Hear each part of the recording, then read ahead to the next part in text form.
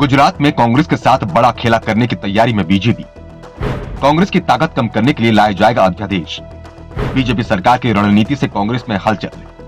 कांग्रेस को नेता विपक्ष की सीट भी नहीं देगी बीजेपी।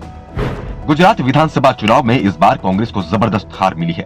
182 सदस्यीय गुजरात विधानसभा में कांग्रेस 16 सीटों पर सिमट गई, जबकि बीजेपी ने पुराने सभी रिकॉर्ड तोड़ दिए और 156 सीटें जीतकर इतिहास रच दिया। कांग्रेस को मात देने के बाद बीजेपी अब बड़ा खेला करने की तैयारी में है। पार्टी कांग्रेस से विपक्ष के नेता पद का दर्जा भी छीनने की रणनीति तैयार कर रही है। दरअसल गुजरात विधानसभा के नियमों के अनुसार कांग्रेस को मुख्य विपक्षी दल का दर्जा मिलेगा और कांग्रेस विधायक दल के नेता को विपक्षी दल के नेता का दर्जा दिया जाना है। नेता विपक्ष का दर्जा मिलने पर बहुत सारी सुविधाएं भी मिलती है। इसमें एक बड़ा स्टाफ, ऑफिस, सरकारी बंगला, गाड़ी, टेलीफोन के साथ यात्रा का खर्च सरकार उठाती है और नेता विपक्ष का कैबिनेट रैंक के चलते पुलिस प्रोटोकॉल भी मिलता है। उसके विजिट में सुरक्षा के बंदोबस्त किए जाते हैं। गुजरात विधानसभा में फिलहाल नेता विपक्ष का पद खाली पड़ा है। ऐसा भी नहीं है कि कांग्रेस ने अभी तक विधायक दल के नेता का चुनाव नहीं किया है। विपक्ष में कांग्रेस सबसे बड़ी पार्टी है और उसके हिस्से में नेता विपक्ष का पद आना है और कांग्रेस विधायक दल ने अमित चावड़ा को अपना नेता चुन लिया है।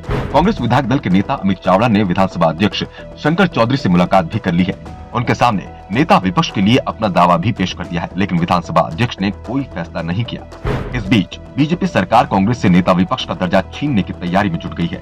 भूपेंद्र पटेल की सरकार जल्द ही एक अध्यादेश लेकर आ सकती है, जिसमें नेता विपक्ष के लिए सदन की संख्या का 10% जरूर किया जाएगा।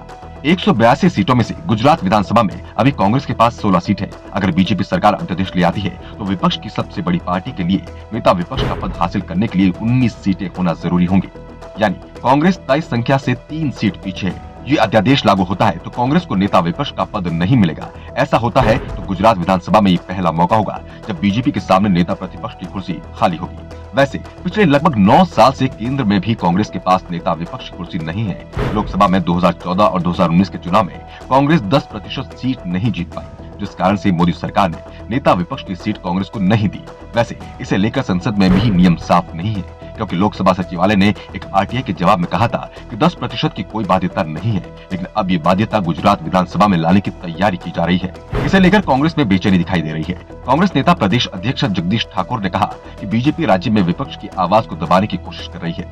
ठाकुर ने कहा कि हम संख्या बल में भले ही इस बार कम हो, लेकिन विधानसभा में कांग्रेस जनता की आवाज पूरी ताकत से उठाएगी। उन्होंने विधानसभा चुनाव परिणाम को लेकर कहा कि चुनाव में सभी ने देखा, दिल्ली की एक पार्टी ने यहाँ चुनाव लड़ा और बीजेपी विरोधी वोटों का बंटवारा किया। अगर दिल्ली की पार्टी गुजरात में चुनाव नहीं लड़ती तो परिणाम कुछ भी हो सकता था। ठाकुर ने कहा कि बीजेपी की सरकार कांग्रेस से विपक्ष का नेता पद छीन सकती है, लेकिन हम सड़क पर जनता की लड़ाई लड़ेंगे। दूसरी ओर बीजेपी का दावा है कि जनता ने कांग्रेस को सजा दी है। कांग्रेस के नेता गुजरात और गुजरातियों को दुनिया भर में बदनाम करते हैं। इस बार गुजरात ने कांग्रेस को विपक्षी दल के नेता के पद के लायक भी नहीं छोड़ा।